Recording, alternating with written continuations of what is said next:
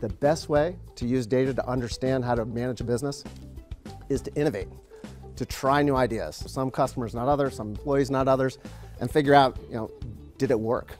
Wawa, which is a big, little food convenience chain here on the East Coast. One. So just kind of walk us through what you guys did for them as their consultant. What's often real fun about trying new ideas is learning something different than you initially anticipated. And in their case, they were launching a flatbread sandwich. And there's a fair amount of excitement about this.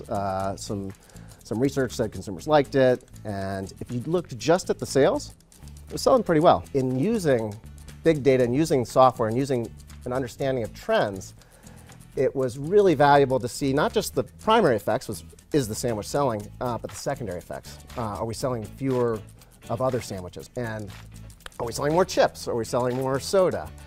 And looking at the totality of the patterns of success, discovered that the flatbread sandwich is actually falling pretty flat.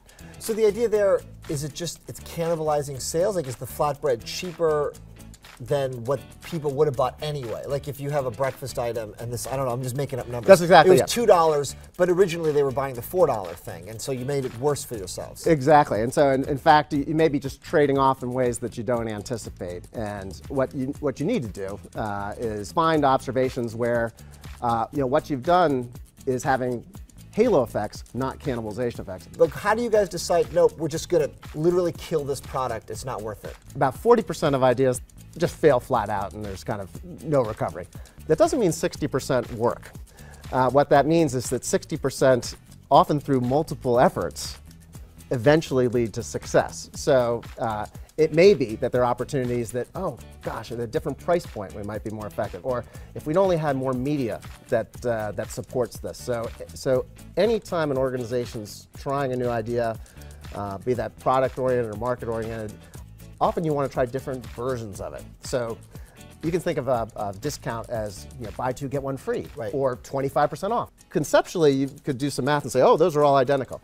But different consumers at different times of years in different ways are going to respond. And so in our view, you can't just know that in advance. You have to try it and understand how does your customer respond to this type of offer. What's an example? Like, people roll it out in 100 locations, in 10 locations. How many do you need to know that you've got enough for your experiment? Yeah, so there are all sorts of steps to innovating quickly, efficiently, effectively, and the right way. If I test it in 5 locations and then I look up and say, well, I don't really know whether or not that worked. And I certainly don't want to test it in 200 locations if it's expensive and complex and operationally disruptive.